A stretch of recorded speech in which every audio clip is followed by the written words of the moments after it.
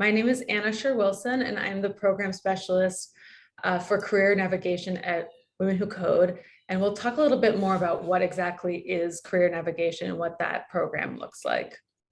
So at Women Who Code, our mission is always to inspire women to excel in technology careers, from the beginning of your career to the middle and all the way to leadership. We envision a world where diverse women are going to be better represented at all parts of the ladder that I was talking about. So our average member has about 2 years or more experience, and they're looking for support with other engineers, with other professional people to level up and strengthen their career. But we also welcome people who are just getting into tech, they're interested, and you can learn a little bit more about what a career in STEM would be like. Right now, we have about 290,000 members. We're one of the biggest online communities in the world. We have more than 80 networks in different countries. We also have technical tracks. Our members come from more than 122 countries. To date, we've put on 14,000 events, and we give away conference tickets. As you're going to learn more about our upcoming conference, we also give away scholarships to learn these technical skills. And we have a job board, we have resources, and infinite connections. So what is Career Nav? This is a new track and part of Women Who Code. So we already have our wonderful technical communities, our wonderful technical programming, but more and more, our members are asking for kind of support in that non-technical career side. So equally important, but the non-technical part, including scholarships, which I'm really excited about. And Shauna's putting all the wonderful links in the chat box. We also have a mailing list, which I think some of you learned about this event from the mailing list. We have a brand new Instagram page, and then we also have a Slack workspace. So I'll put all of these links while Tasha's speaking so that we get a chance to learn everything. So you can see all of our events across all the networks and across Career Nav at our website.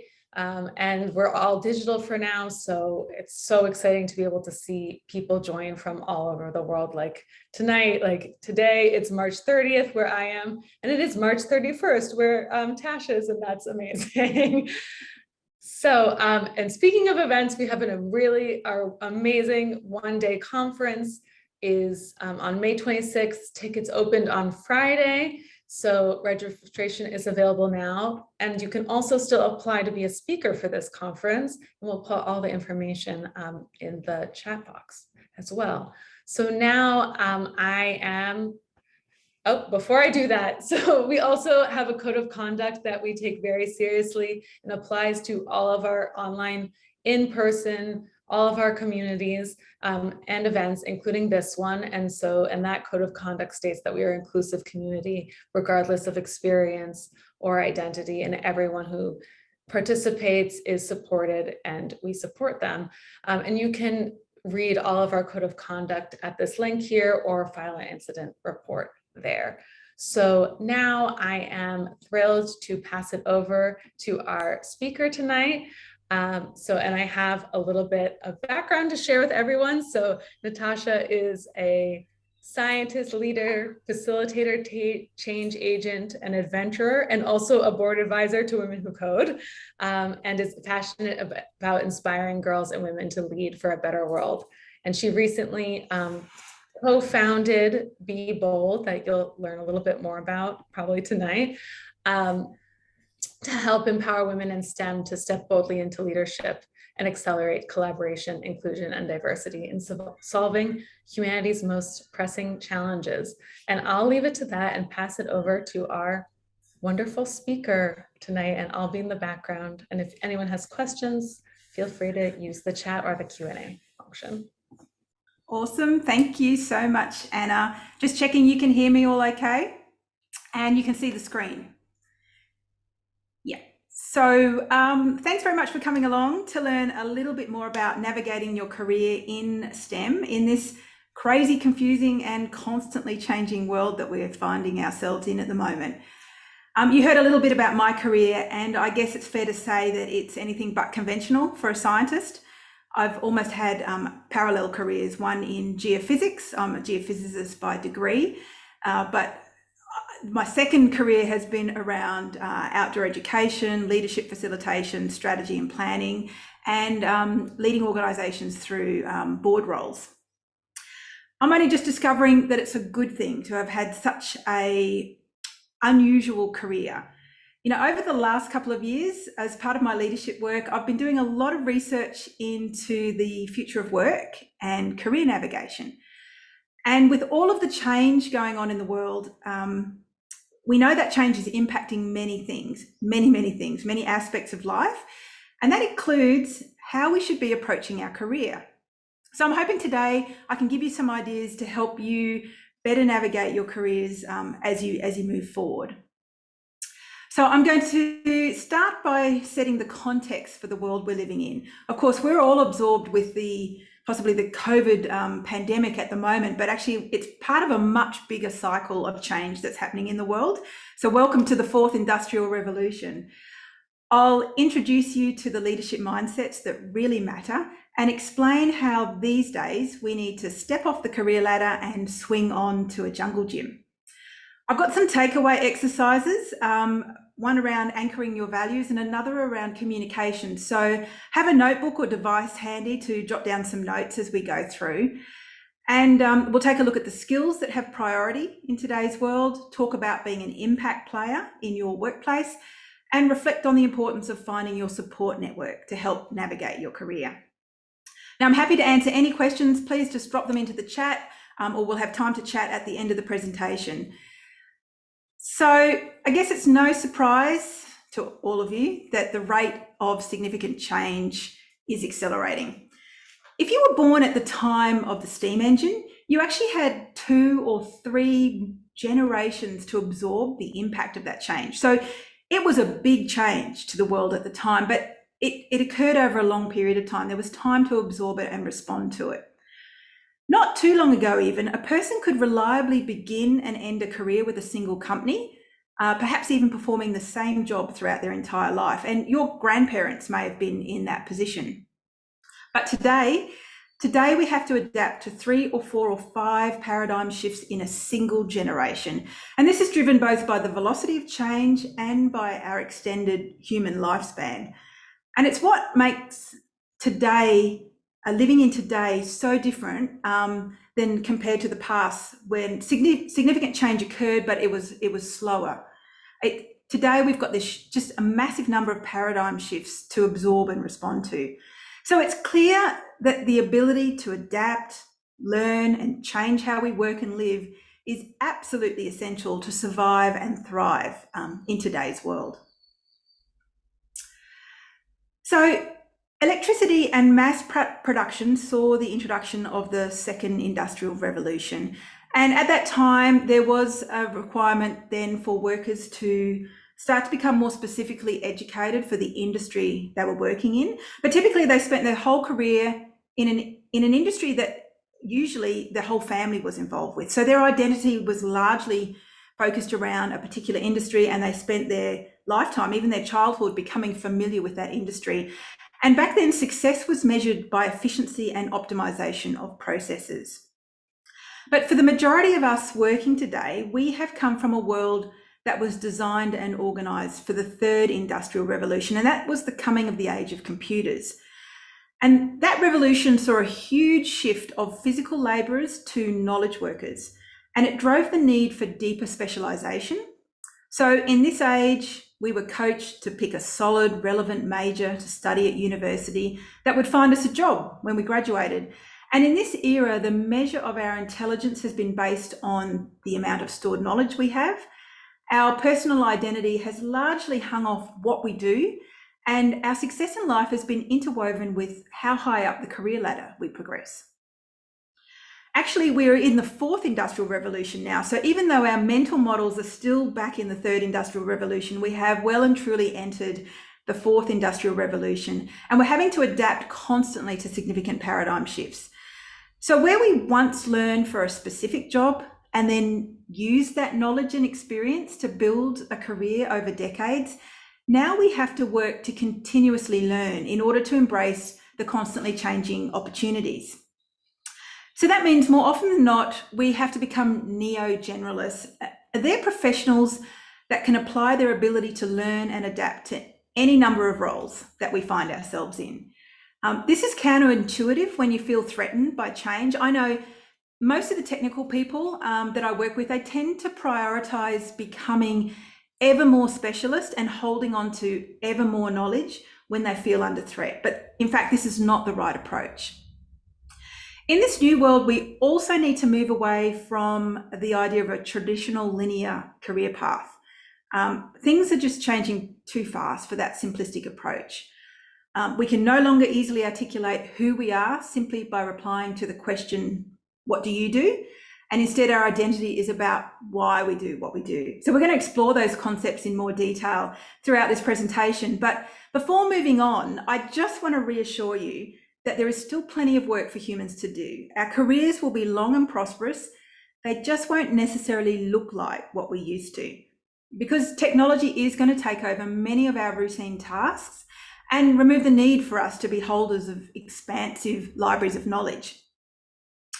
So what remains then for us mere mortals to do? Well, it's the exploration. It's that part of business where you identify a problem and experiment with possible solutions.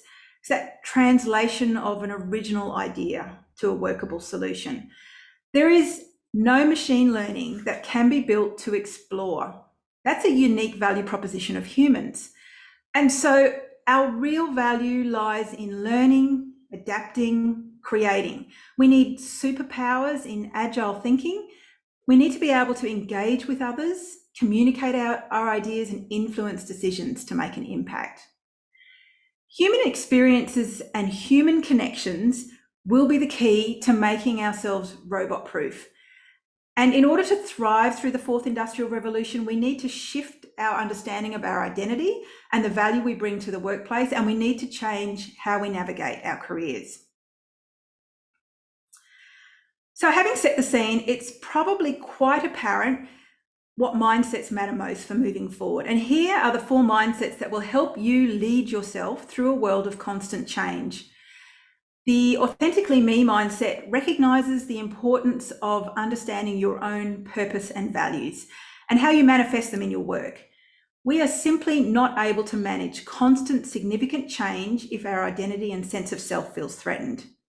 The radically forward mindset helps us to embrace the necessary continuous learning that comes with constant change. It also helps us to find the courage to let go of the things that hold us back from adapting. The deeply human mindset focuses us on diversity, equity, and inclusion, and ensures that we work with a people-first approach. So we're going to prioritize engagement with others and communication. And the courageously impactful mindset raises our awareness that every one of our actions has an impact on others.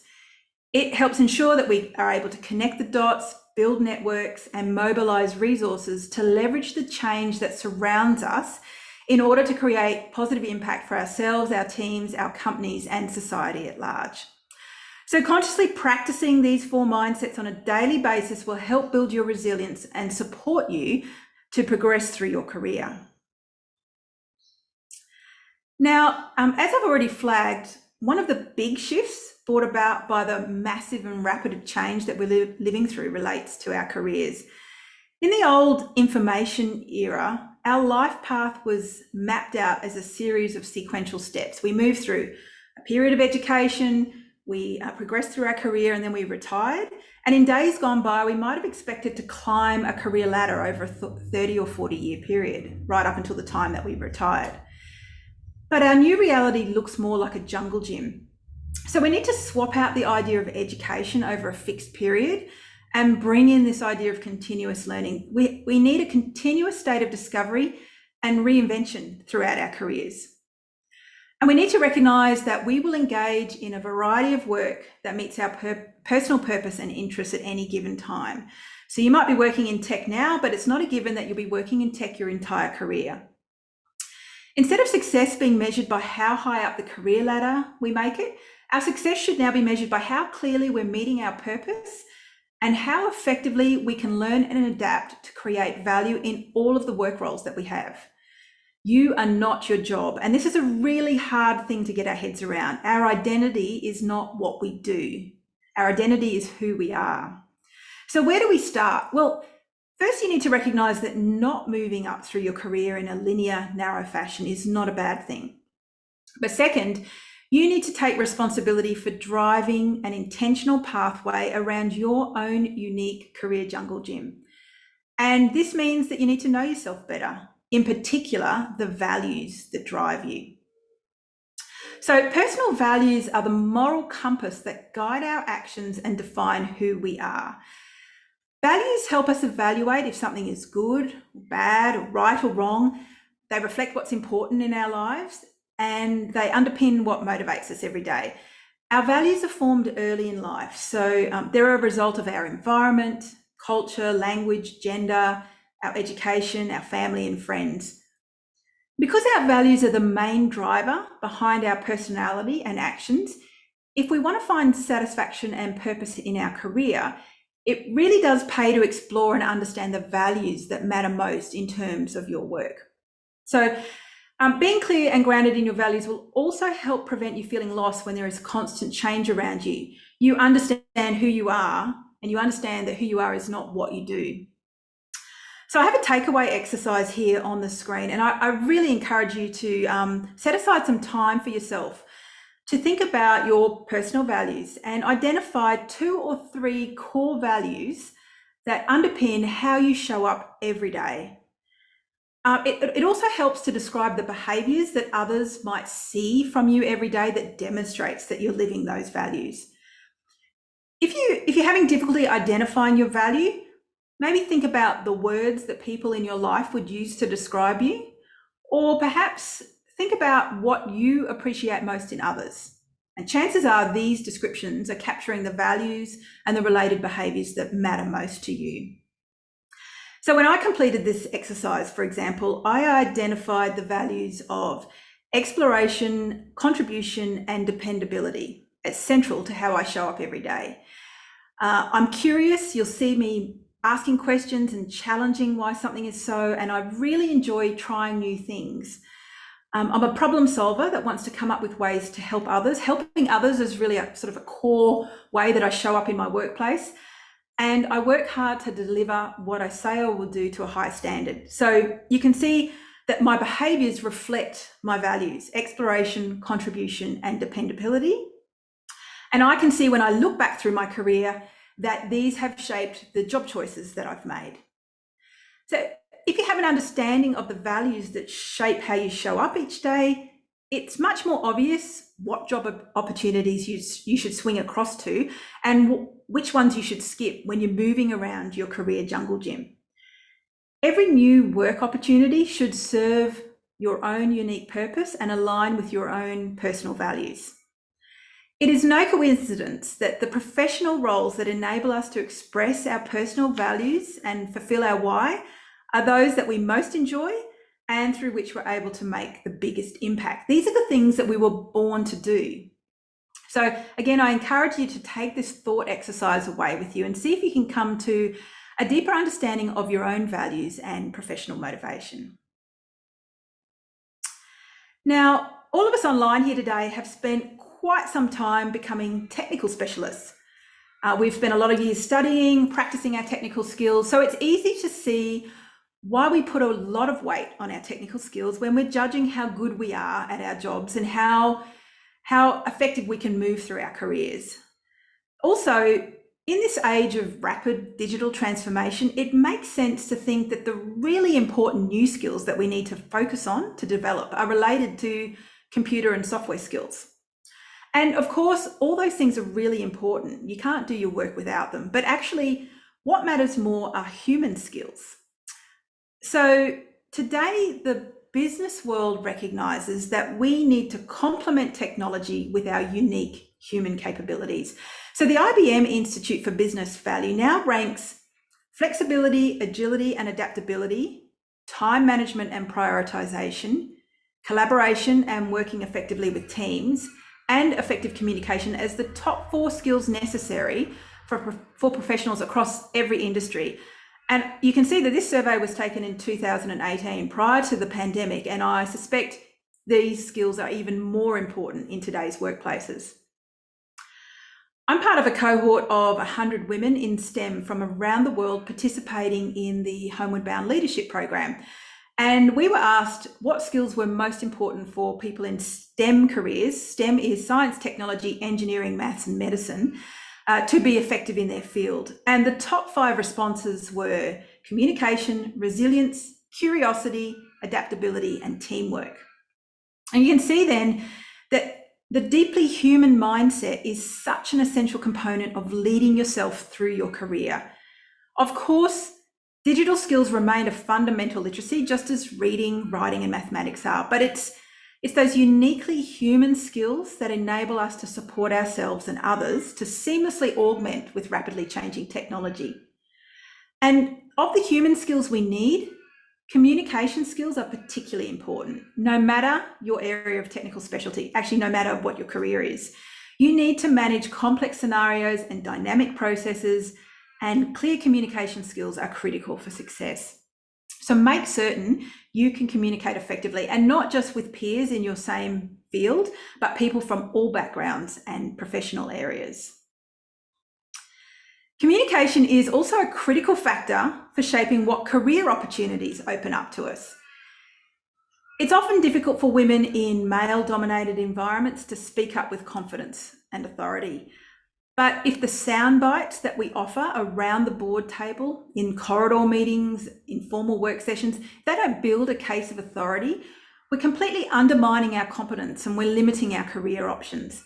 The challenge is that women, far more than men, use language patterns that tend to undermine our authority and downplay our capabilities.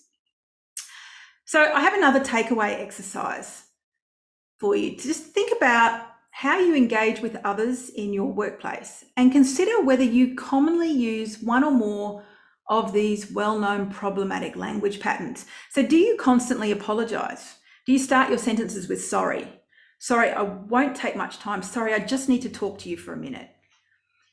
Do you make your statements tentative or weak by prefacing with just? For example, just want to add, or just a quick email about. Do you undermine your expertise by starting sentences where you're contributing your considerable technical expertise with things like, look, I'm not the expert, but, or this might be a stupid question, I just want to know. And do you use self-diminishing qualifiers like, well, it's only my opinion? Ask you to monitor yourself for a week and see how many times you find yourself saying or writing these types of things. Or maybe one or more of these speech patterns already resonates with you. Once you recognize the pattern in your language, make it a habit to stop yourself. So you're ready to step off the career ladder and swing onto the jungle gym. You understand your personal values and what motivates you, and your language is positively promoting your competence. So then how can you nudge along new opportunities so you can proactively navigate your career jungle gym? Well, unlike for generations in the past, we can't expect that promotions and new roles will appear simply because we've done the time. And there is no one-size-fits-all career map. We each have to take responsibility for building our own career jungle gym. Now, the key to being seen as someone ready to take on a new challenge and so manifest career opportunities is to be an impact player. And what does that actually mean? Well, it means that you need to be present, open, flexible, and curious in your workplace. You need to be aware of what's going on around you. So beyond the tasks that you've been asked to focus on, and this is a really, really important one for technical experts. We have to stay looped into the bigger picture. We have to anticipate road bumps that might need our attention beyond our immediate area of focus. Think about, what problem is your boss trying to solve? What problem is your company trying to solve? Find out and focus on that. Contribute, be useful. Another important one is the need to lean into those messy boundaries between teams and departments. You know, where no one really has responsibility to do the work, but it's a piece of work that just needs to get done so that the respective teams and departments can deliver their goals. You also need to see the change and ambiguity that surrounds you as an opportunity to becoming even more useful. And this is a difficult one to get your head around because typically when we see change coming at us in the workplace, we hunker down into our role and focus on what we have to do and just get it done, get it done. Instead, we need to look up and around us and see how we can leverage that change to create opportunity. What won't open professional doors is just simply focusing on your own work, but not looking for ways to help others in your team, for always waiting to be asked to do something, and identifying problems, but not having a go at defining solutions. When you're working as an impact player, career opportunities will appear. And in the meanwhile, practice your leadership mindsets and continue to build your human skills. No time is ever wasted if you're learning and growing. Finally, find your tribe. You don't have to navigate your career alone. Everybody belongs to multiple tribes. You're here with a tribe with Women Who Code. You're probably a member of a tribe that plays sport or exercises together. There'll be tribes in your workplace you belong to and tribes that you socialise and travel with. Humans are driven to connect. So help yourself by finding the tribe that's going to support you to become who you want to be. And can I say, don't be afraid to connect with networks that at first glance don't appear to be related to your technical work at all. You'll be surprised just how much people from all professions can help guide you as you build professional skills to thrive in the complex times that we find ourselves in. So to recap, traditional ideas for how we move through our professional lives are no longer relevant because of the rate of significant change in the world. Our careers won't look like our parents' careers. It won't even probably look like our bosses' careers. Our careers are changing so quickly. We can expect to work multiple jobs in multiple industries throughout our working life, and we have to continuously learn and adapt. We need to recognise that a simple linear career path is no longer viable. Instead, we have to embrace this idea of the career jungle gym. We need to understand that success is no longer related to how high up a single occupation career ladder that we move, but it's instead measured by how strongly we're meeting our own purpose and how, importantly, how much value we're adding to the workplaces that we're in. Let your personal values drive your job choices as you navigate your career jungle gym. So it's so important to understand your own personal values. Every new work opportunity should align with your values. We derive the greatest enjoyments and make the biggest impact doing the work that we were born to do. Practice using language that promotes your true professional capabilities. Don't undersell yourself.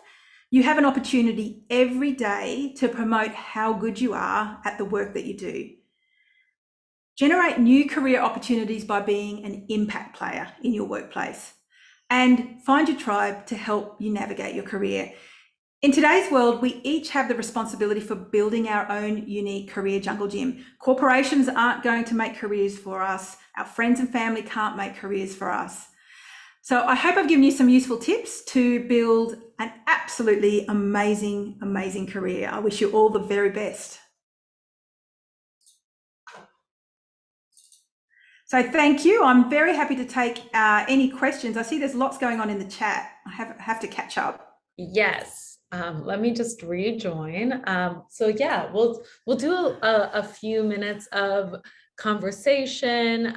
Please keep giving your wonderful questions in the chat. But you know what? I also have some questions. Sure. So we can have a little bit of a back and forth. And yeah, again, please, for all of the attendees, keep your wonderful comments. A lot of people, what you said, especially that I wanted to touch on first, people really responded when you were talking about language. And I also think it's interesting, people from all over the world and people, maybe, I'm not sure what language they use at their office, but like, you know, I think it's interesting how it cut across many cultures. So when you were talking about how the language patterns like that, yeah, everyone was like, I've done this, I do all of this, I'm working on it, blah, blah. So about kind of thinking about language, you know, do you have any strategies to not like beat yourself up too much? Because what sometimes, at least for me or for other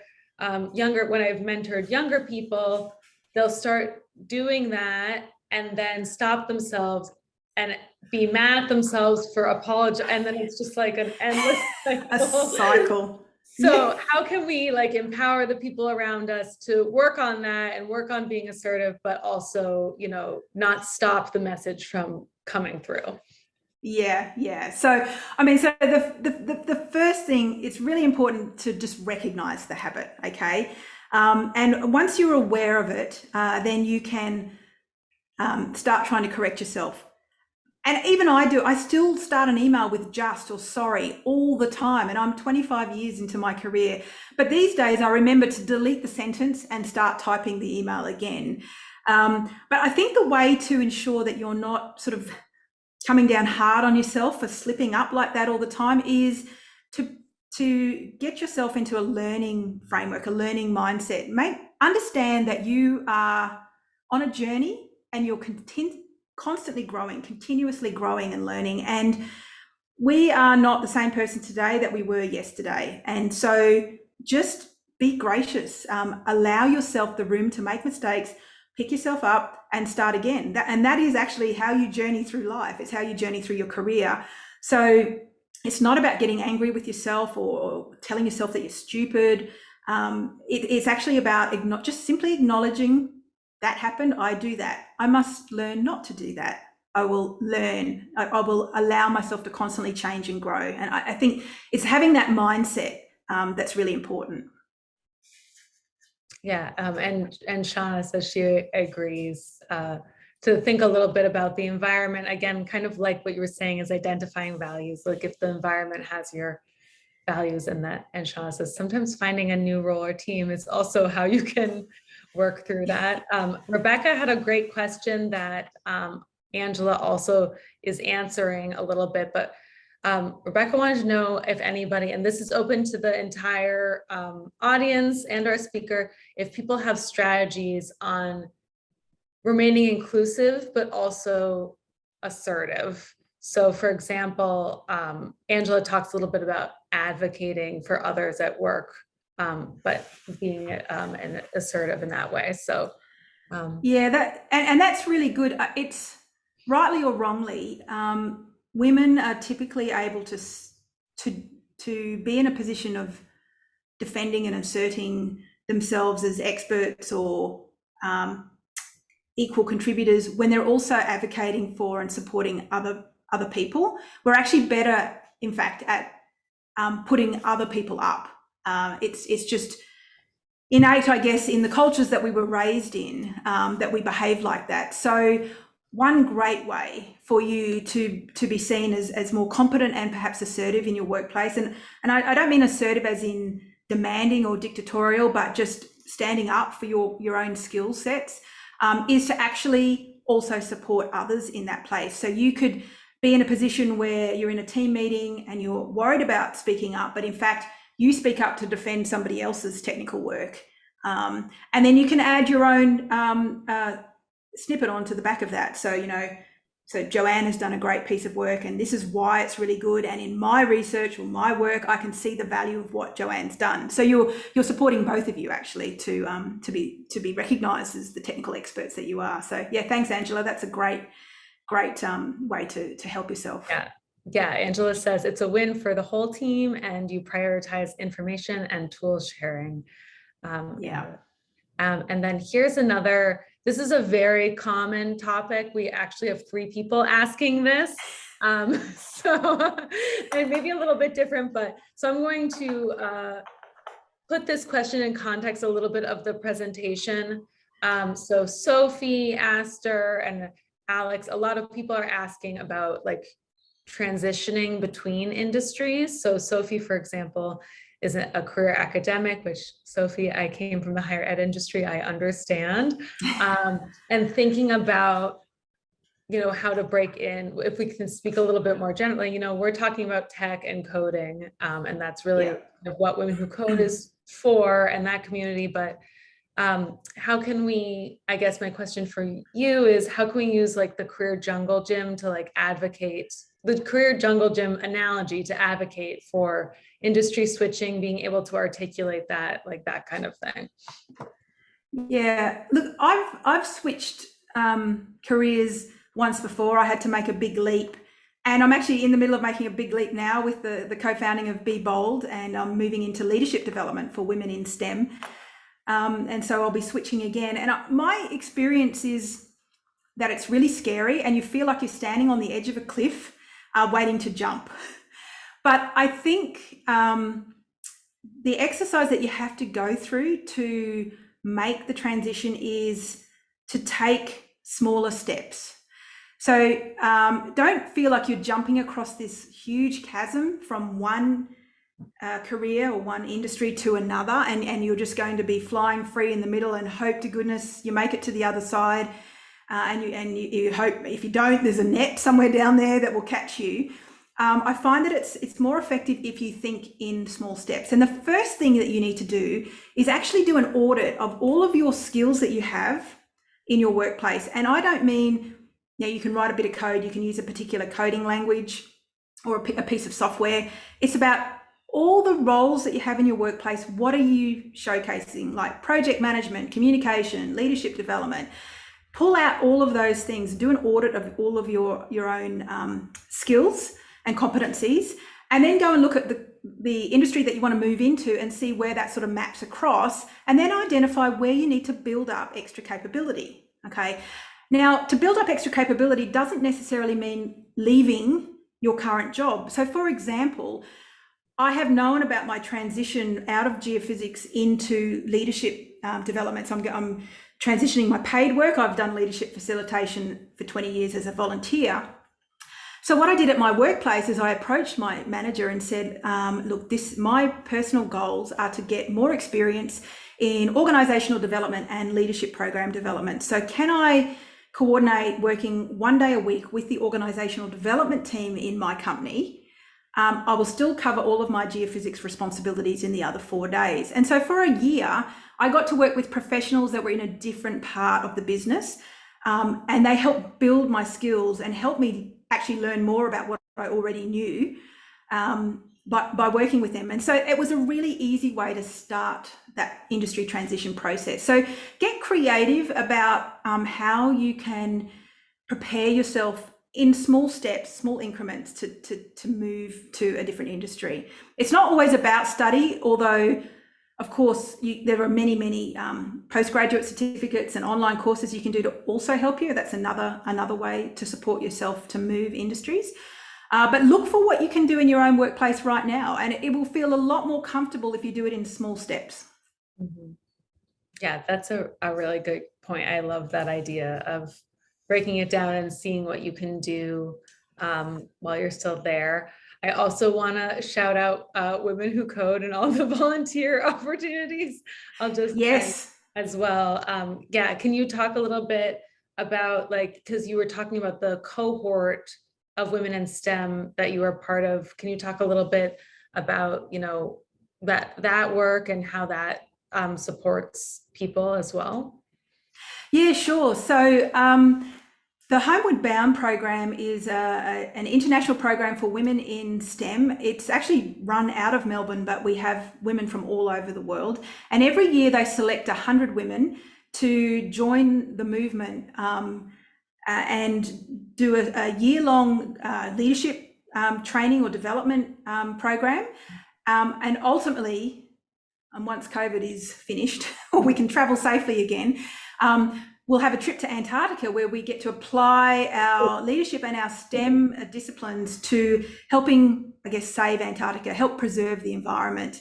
It's really an organisation focused on encouraging women to step into the space of using their STEM skills to support sustainability and preservation of our environment. So it's an amazing program, and I've met some incredible women from around the world. But, I've been blessed with working with multiple global organisations in that leadership space. Women Who Code, obviously, I've done work with and have enjoyed meeting people from all over the world who want to build their leadership skills. And in the girl guiding organisation, girl guiding, girl scouting movement as well, I've been involved in designing their leadership model and rolling that out to 10 million girls and women. And so yes, all the volunteer work has contributed to my passion and desire for moving into leadership facilitation as a professional job. Mhm. But yeah, look, if you're interested, I see there's some people talking about Everyone's I would love interested. to participate. Yeah. So Homeward Bound, search for them online. They've actually just selected the next cohort. So there's 100 women each year. So jump onto their webpage and then apply for the next round, which will be in 2023. So I think applications will come out late this year for the next round. That's great. Just so everyone knows, we'll still have times for a few more questions. I have some, but feel free to put them in the chat as well. We had another point that someone made is a little bit thinking a little bit more at the beginning of your career, and getting that first job can be very challenging, very complicated. So I'd love to talk, if you could talk a little bit about like career resiliency. And, we touched on it, but talking about community as well, but any strategies to kind of, keep going, when we're feeling. Yeah, look, I think I didn't get this when I started my career, right? I grew up into a career where I identified that I am a geophysicist, and therefore if I failed at geophysicist, I failed as a person. And I think the really important thing these days is this understanding that we have to separate our identity from what we do, and being really clear on your values and what's important to you in a workplace will actually significantly support your resilience. Because if you can't get a particular job, actually that doesn't matter. You are still who you are. You have these values that you're seeking to fulfill. You've got your own core purpose that you want to fulfill, and you will actually find that there's other ways to reach that purpose, and it might not just be the right time for you to get the particular job that you're after. So I think if you can frame all of your work, all of your career progression in the context of who you want to be, who you want to grow into, and what values you're meeting, then there's far less pressure to get the right job, the particular job, and failing at doing that is not about failing as a person. I love that. One time I have to share this advice that someone gave to me once, and I would love to know your opinion on it. Someone once said to me about jobs, you either have to be learning or earning. Yeah. And yeah, I'm curious to know, in your experience, how does that speak to your experience? How can that fit in a little bit? Yeah, I mean, it's true. If you're not in a job, then you can be learning how to get to your job. So learning or earning, that's certainly a phrase that we use here in Australia. The one that I really like is learn, earn, return.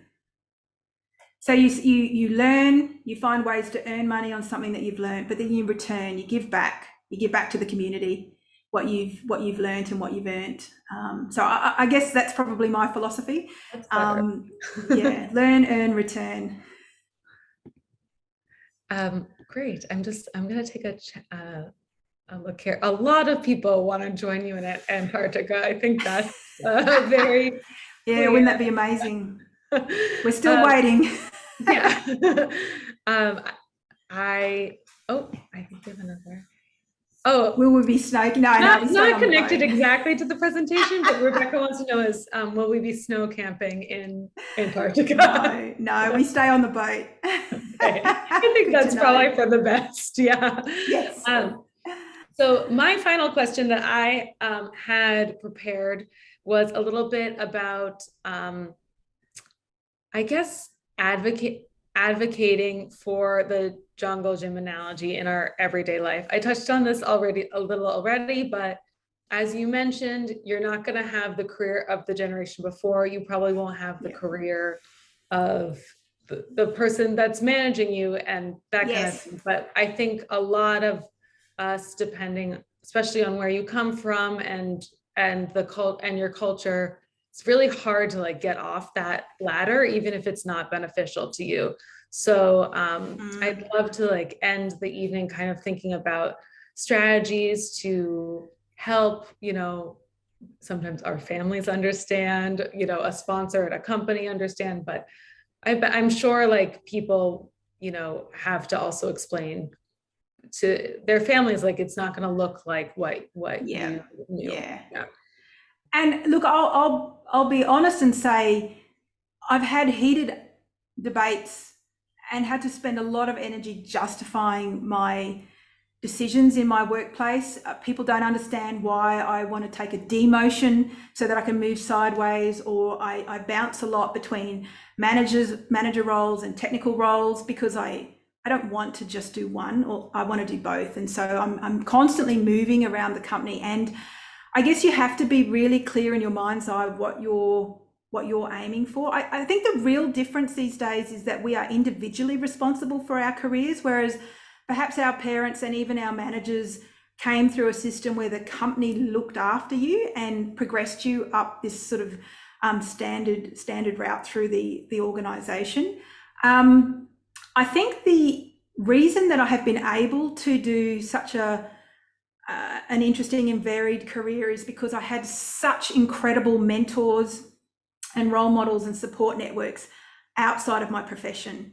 So I have spent, as I said, 25 years in volunteer organisations working with women from all walks of life, and that sort of opened my eyes to life outside of geophysics. So I really encourage you to build networks that aren't directly related to your career, as much as you need networks also in your own profession, and that support network will sort of lift you to help you defend your choices that you're going to make as an individual. I should say, obviously, you don't want to go and burn bridges with your managers, right? You have to still deliver what your company needs you to deliver. But think of creative ways that you can negotiate opportunities such that, you might do part-time roles, or you might swap in and out of roles and job share, or you might actually do extra work on the side to prove that you can do something. It's your jungle gym career isn't going to come without effort, but it's something that is going to make your life amazing if you can manage it. So I think it's worth it. One of my favorite sayings is, you only get out of life what you're prepared to put into it. And so I think that's really important, as much as about your fun activities as it is about your career. Yes. Yeah. We have Shauna in the audience saying, appreciating that companies are no longer responsible for employees' career trajectories. Yeah. We're not in the age of, work 50 years and, Right. get a chair. I think my grandfather like got gifted a chair after working for 50 years in the same like factory. That's not really the case. And yeah, you have to be proactive and make requests for transitions. And sometimes the fastest way up is to the side. Correct. That's really true. Yeah. Yeah, great. And Sophie appreciates the perspective to network outside of your career. I completely agree. And I think one thing that's kind of cool about the tech industry, and at least Women Who Code, like I know I can see here in the audience, I recognize some names. People are connected to the tech industry, but not everyone's an engineer. People are in like marketing or product management and things like that. I think even that can probably help you a lot. Yes, definitely. Yeah. Well, thank you, everyone. So we're wrapping up, but is there any final words you want to share before we end the evening for me, the morning for you, and the morning for some of our other participants? Oh, great. Thank you. No, all set. All set. Excellent. Okay, great. Well, yeah, thank you again. Thank you so much for joining us tonight, everyone. And thank you, Tash. We've been talking since December about this event. So I'm so glad that it worked out. And thank you so much for sharing all your expertise and inspiring everyone. Everyone I can see in the chat is had a wonderful time. So thank you so much. That's great. Thanks so much for having me. I absolutely love hanging out with Women Who Code. Great. Thank you all. Okay. Have a wonderful day. Bye. Bye.